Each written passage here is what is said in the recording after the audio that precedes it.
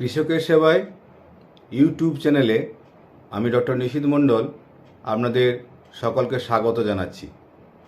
আজকে আলোচনা করব গাঁদা ফুলের বিজ্ঞানসম্মত চাষ। আমরা জানি যে গাঁদা ফুল হচ্ছে আমজনতার ফুল এবং এর স্থান কাল পাত্রভেদে এবং ধনী দরিদ্র নির্বিশেষে সকলে সবার পছন্দের ফুল এবং হচ্ছে প্রয়োজনের ফুল হলো গাঁদা। এখন পশ্চিমবঙ্গে প্রায় সর্বত্র গাঁদা ফুলের চাষ হয় এবং বিগত কয়েক বছর ধরে গাঁদা এখন এত জনপ্রিয়তা হয়েছে যে এটা কিন্তু এখন বাণিজ্যিকভাবেও কিছু কিছু বিক্ষিপ্ত বিভিন্ন জেলাগুলোতে আমরা চাষ হচ্ছে। এখন ব্যবসা ভিত্তিক আপনার চাষে সাধারণত দু রকমের গাঁদা ফুল আমরা ব্যবহার করা হয়। গাছের আকার, উচ্চতা, ফুলের রং এবং বিভিন্ন আকারের ভিন্নতা অনুযায়ী সাধারণত আমরা আফ্রিকান গাঁদা এবং হলুদ গাঁদা আর রক্ত বা ফরাসি গাঁদা এই জাতীয় কিন্তু দুটো ভাগে আমরা ভাগ করেছি। এখন আফ্রিকান গাঁদা যেটা হচ্ছে টেগেটেস এরেক্টা, এটা হচ্ছে আপনার বড় ফুল হয়, হলুদ কমলা এবং বাণিজ্যিক চাষে বেশি ব্যবহৃত হয়। আর ফ্রেঞ্চ গাঁদা বা আমরা যেটা একটু লালচে কালারের হয়, এটা সাধারণত রক্ত গাঁদা বলা হয়, যেটা হচ্ছে টেগেটেস পাটুলা। এটা ছোট ফুল, বেশি ব্রাঞ্চিং হয়, অর্নামেন্টাল গার্ডেনে এটা কিন্তু জনপ্রিয়। আমাদের কিছু উন্নত জাত রয়েছে যেগুলো সম্বন্ধে আমরা বলি যে পুষা নারাঙ্গি গাঁদা, পুষা বাসন্তী গাঁদা, ক্যালকাটা অরেঞ্জ এবং অর্ক বাঞ্জারা এই জাতীয় জাতগুলো রয়েছে।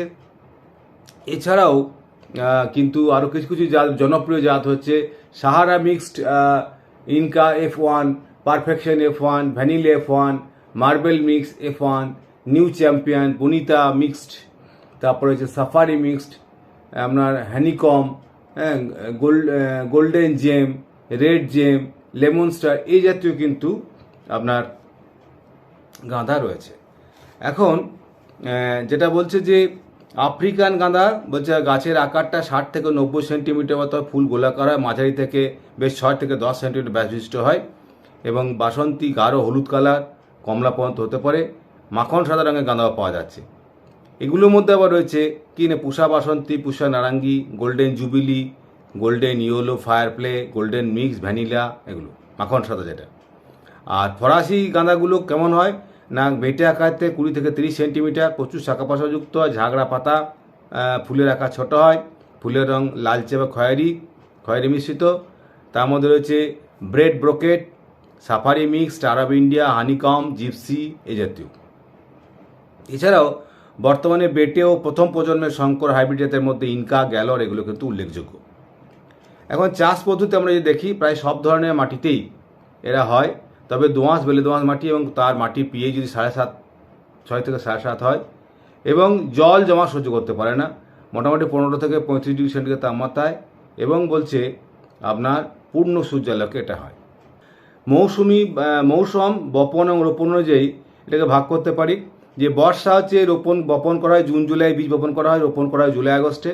শীতের যেটা আছে সেপ্টেম্বর অক্টোবরে আমরা বীজ বপন করি, অক্টোবর নভেম্বরে চারা রোপণ করব। গ্রীষ্মে জানুয়ারি ফেব্রুয়ারিতে বীজ বপন করা হয়, ফেব্রুয়ারি মার্চে চারা রোপণ করা হয়। বংশবিস্তার প্রধানত বীজের মাধ্যমে হয়, 1 থেকে 1.5 কেজি পার হেক্টরে লাগে, আর অঙ্কুরোদ্গম হতে 5 থেকে 7 দিন লাগে। নার্সারি বা বীজতলা আমরা কীভাবে করব না বলছে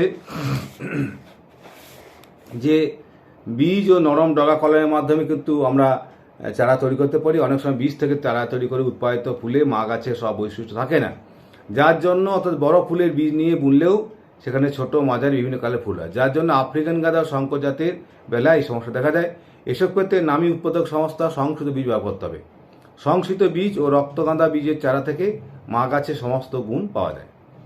বাণিজ্যিকভাবে আফ্রিকান গাঁদা চাষের ক্ষেত্রে সংশোধিত বীজ না পেলে জ্যৈষ্ঠ মাসে প্রথমে বীজ বুনে যে চারা তৈরি করা যায়, শ্রাবণ ভাদ্র মাসে কিন্তু সেই চারা গাছে ফুল ফোটে।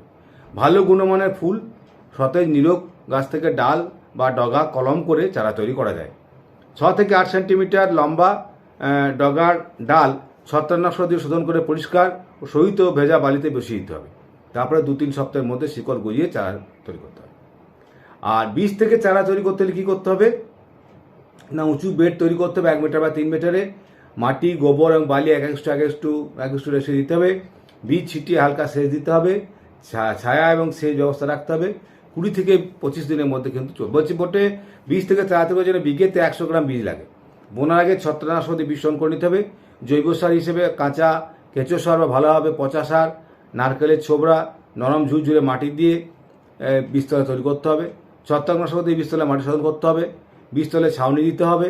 বীজ বোনার 4-5 সপ্তাহের মধ্যে চারা মূল জমিতে রোপণ করা যায়। ছত্রাকনাশক হিসেবে সেক্ষেত্রে ট্রাইকোডার্মা ভিরিডি বা কার্বনডাজিম ও ম্যানকোজেব মিশ্রণ দিতে পারে। এইবার যে জমি প্রস্তুত করতে হলে 3-4 বার চাষ দিয়ে জমি তৈরি করতে হবে। জৈব সার বলছে একর প্রতি 8 থেকে 10 টন দিতে হবে। আফ্রিকান গাঁদার জন্য 45 সেন্টিমিটার স্পেসিং দিতে হবে। আর আপনার ফ্রেঞ্চের জন্য বলছে 30 সেন্টিমিটার। এবার আমরা দেখব যে মোটামুটি আফ্রিকান গাঁদা বলছে কত লাগে, যে বিঘে প্রতি রোপণ করার জন্য 6000টি আফ্রিকান গাঁদা আর 12,000টা আপনার ফরাসি গাঁদা চারা দরকার। বিকেলবেলায় গড়ার শিকড়ে কিছুটা মাটি লেগে থাকা অবস্থায় চারা রোপণ করা হয়। এরপর চারপাশে মাটি হাত দিয়ে ভালোভাবে পুঁতে দেওয়া হয়। এখন আমরা সার কত দেব বলছে বিঘে প্রতি 4 টন পচা সার বা খামারজাত সার, 2 টন কেঁচো সার, 100 কেজি নিম খোল দেওয়া যায়। প্রাথমিক সার হিসেবে বিঘে প্রতি 13 কেজি নাইট্রোজেন অর্থাৎ 29 কেজি ইউরিয়া, 12 কেজি ফসফেট অর্থাৎ 75 কেজি সিঙ্গেল সুপার ফসফেট এবং 7 কেজি পটাশ অর্থাৎ প্রায় 12 কেজি মিউরেট পটাশ দিতে হবে। এবং চারা রোপণের 3 সপ্তাহ 6 সপ্তাহের পর 2 বার কিন্তু চাপান সার দিতে হবে। চাপান সার হিসেবে প্রতিবারে বিঘে প্রতি 7 কেজি নাইট্রোজেন বা 15.5 কেজি ইউরিয়া এবং 3 কেজি পটাশ অর্থাৎ 5 কেজি এমওপি দিতে হবে।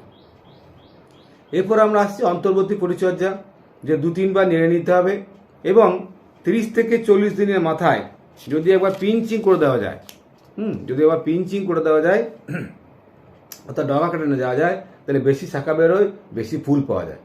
আর মাটি আলগা করতে হবে, যাতে হালকা আলগা করে দিতে হবে, যাতে বলছে আপনার ওই রুট রেডিয়েশনটা ভালো হয়, বায়ু চলাচল করে উন্নত করে এবং সেক্ষেত্রে কিন্তু ফুলের সংখ্যা বাড়ে। এইবার বলছে ফুল আসা এবং হরমোন প্রয়োগ, যেটা যে শর্ট ডে প্ল্যান, যার জন্য ফুল বেশি আসতে গেলে এখানে জিবরেলিক অ্যাসিড যেটা রয়েছে সেই GA3 কিন্তু প্রয়োগ করা খুব বাঞ্ছনীয়।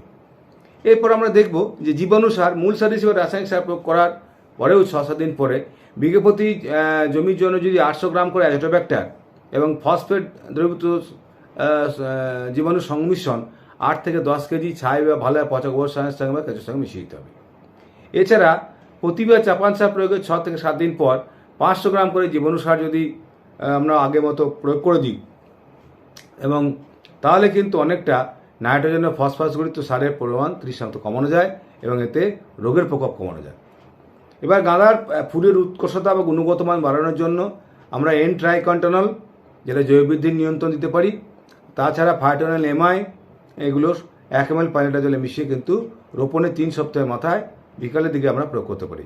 এছাড়া প্রয়োজন অনুযায়ী আমরা বোরন এবং জিঙ্ক দিতে পারি। জলসেচ এবং তার জল নিকাশি ব্যবস্থা প্রথম থেকে হালকা সেচ দিতে হবে। গাছের বৃদ্ধির সঙ্গে জলের চাহিদা বাড়ে। মাটি, আবহাওয়া এবং গাছের অবস্থা অনুযায়ী জল দিতে হয়। জমিতে রসের অভাব বা আধিক্য দুটোই ক্ষতিকর। সাধারণত গরমকালে 7 থেকে 8 দিন অন্তর, শীতকালে 15 থেকে 20 দিন অন্তর সেচ দিতে হয়। এছাড়া আমরা যদি ড্রিপ ইরিগেশনের মাধ্যমে বিন্দু বিন্দু সেচের মাধ্যমে সেচ দিতে হলে 50% জল অনেক কম লাগে। হঠাৎ বেশি বৃষ্টি হলে দুটো কিন্তু জল নিকাশি ব্যবস্থা করতে হবে। আগাছা দমানোর জন্য মনে রাখতে হবে যে আগাছা মুক্ত রাখতে হবে এবং চারা রোপণের 3 সপ্তাহ 6 সপ্তাহ মাথায় 2 বার নিড়ানি দিতে হবে। এবার গাঁদার ক্ষেত্রে বিশেষ পরিচর্যা কি আছে? একটা যে ঠেকনা দেওয়া, বর্ষাকালে বিশেষত আফ্রিকান গাঁদা গাছের ক্ষেত্রে বৃদ্ধি এবং ডালপালা বেশি হয়। এই সময় গাছে প্রয়োজনীয় মাটি দেওয়া ছাড়াও প্রতি গাছের পাশে একটি করে কাঠি পুঁতে দিয়ে সঙ্গে সঙ্গে বেঁধে দিতে হয়, ঠেকনা দিতে হয়। গাছের ডগা এবং প্রথম পুলি ছাঁটায় চারা রোপণে 1 মাসের মাথায় যদি গাছের ডগা ছেটে ফেলতে হবে, গাছে কুড়ি এলে তা কেটে ফেলতে হবে। এই পদ্ধতি অবলম্বনে ফুল আসা কিছুটা পিছিয়ে গেলেও গাছের ডালপালা বেশি এবং গাছের সবলতা বাড়ে এবং প্রতি গাছে ফুলের সংখ্যা বাড়ে। ফুল তোলা সাধারণত বলছে যে আপনার 60 থেকে 90 দিন জাত অনুযায়ী গাছ থেকে ফুল তোলা হয়। প্রায় 50 থেকে 60 দিন ধরে ফুল পাওয়া যায়। সকালে বা শেষ বিকালে পরিণত ফুল তোলা দরকার। হাত দিয়ে না তুলে কাঁচি বা কাঁচি দিয়ে কেটে বোটা সহ ফুল তুলে ভালো হয়। কাগজ বা কাপড় দিয়ে মোড়া বাঁশের ঝুড়ি অথবা পলিথিন বা কাপড়ের পুটলিতে ফুল ভরে খুচরো বা কুচো অবস্থায় বা 20টি ফুল দিয়ে মালা গেঁথে নিকটবর্তী বা দূরবর্তী বাজারে পাঠানো হয়। বাঁশের ঝুড়ি বা কাপড়ের পুটলির চেয়ে প্লাস্টিকের হালকা চৌকোনা ঝুড়ি ব্যবহার অনেক সুবিধাজনক। এবং বিঘা প্রতি রক্তগন্ধা গড় ফলন বলছে 10 থেকে 15 কুইন্টাল, আর ফরাসি গাঁদা যেটা হচ্ছে 15 থেকে 20 কুইন্টাল। এখন এদের কি কি রোগ আসে বলছে, আপনার গাঁদা ফুলের যে রোগগুলো আসে সেগুলো যদি আমরা দেখি তাহলে বলছে জাপ পোকা আসে, পাতা রস শোষণ করে খায়, আর থ্রিজ জাপ ফুলগুলো ফুলের ক্ষতিগ্রস্ত করে। এখন এই জন্য ইমিডাক্লোপিড 0.3 ml পার লিটার অথবা স্পিনোসার্ট 0.5 গ্রাম পার লিটার জলে মিশিয়ে প্রয়োগ করলে এই পোকাগুলোকে দূর করা যায়। 2 দিনবার দিতে হবে। আর কিছু কিছু রোগ আসে, তার মধ্যে পাতায় দাগ বা লিফ স্পট আসে, অল্টারনেট লিফ স্পট, পাউডারি মিল্টু সাদা গরু রোগ আসে, আর শিকড় পচা রোগ আসে। এগুলোর জন্য ম্যাঙ্কোজেব 0.2 গ্রাম পার লিটার অথবা কার্বনডাইজেব 1 গ্রাম পার লিটার জলে মিশিয়ে প্রয়োগ করলে এগুলো আপনার ঠিক হয়ে যায়। এখন যেটা হচ্ছে যে ঠান্ডা স্থানে পলিথিন ব্যাগে প্যাকিং করে দ্রুত বাজারে পাঠানো করলে এদের পোস্ট হারভেস্ট ম্যানেজমেন্ট করতে হবে। আর এদের ইকোনমিক ইম্পর্টেন্স কি, আর্থিক সুবিধা, মালা, পুজো, ডেকোরেশন এগুলো হয়। এছাড়াও দেখবেন গাঁদা ফুল থেকে এসেন্সিয়াল অয়েল পাওয়া যায়, ট্যাকেটেস অয়েল বলা হয়, এটা খুব ভালো কাজ দেয়। এছাড়া পোকা মশা তাড়াতে ইনসেক্ট রিপেলেন্ট হিসেবে কিন্তু এই গাছ বা গাছের পাতা বা তেল ব্যবহার করা হয়, আয়ুর্বেদিক ব্যবহার করে রয়েছে। এবং আমরা আরও ভালো উন্নত প্রোডাকশন পেতে হাইব্রিড ভ্যারাইটি, তারপরে টিস্যু কালচারের মাধ্যমে যদি চারা রোপণ করি এবং ইন্টিগ্রেটেড পেস্ট ম্যানেজমেন্ট ব্যবহার করি, সুসংগত রোগ পোকা নিয়ন্ত্রণ করি, তাহলে কিন্তু গাঁদা চাষে অনেক লাভ করা যাবে। আর একটা হচ্ছে যে পশ্চিমবাংলার আবহাওয়ায় গাঁদা চাষের জন্য অত্যন্ত উপযোগী, এবং গাঁদা হচ্ছে একটা লো কস্ট হাই প্রফিট ফসল। সঠিক জাত নির্বাচন, পুষ্টি ও রোগ পোকা নিয়ন্ত্রণের মাধ্যমে আমরা কৃষকেরা সহজেই উচ্চ ফলন লাভ করতে পারেন এবং আর্থিকভাবে উন্নতি সাধন করতে পারেন। আমার এই কৃষকের সেবায় চ্যানেলটি আপনাদের ভালো লেগে থাকলে এবং আরও নতুন নতুন ভিডিও পেতে আপনারা এটাকে লাইক শেয়ার করুন, সাবস্ক্রাইব করুন। ভালো থাকুন, ধন্যবাদ।